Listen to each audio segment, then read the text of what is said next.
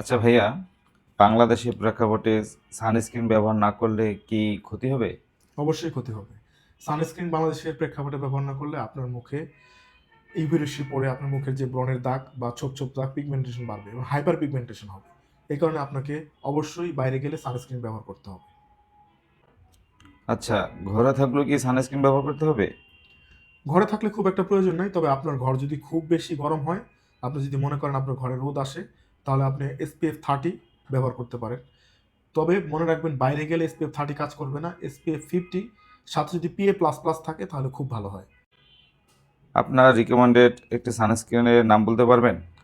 অবশ্যই আপনি Missha all around safe block waterproof sun milk SPF 50++ এবং এটার সাথে PA++ আছে, এটা ব্যবহার করতে পারেন যে কোনো স্কিনে, ইভেন অয়েলি একনি প্রন যে কোনো স্কিনে এবং ইভেন সেন্সিটিভ স্কিনে আপনি ব্যবহার করতে পারবেন।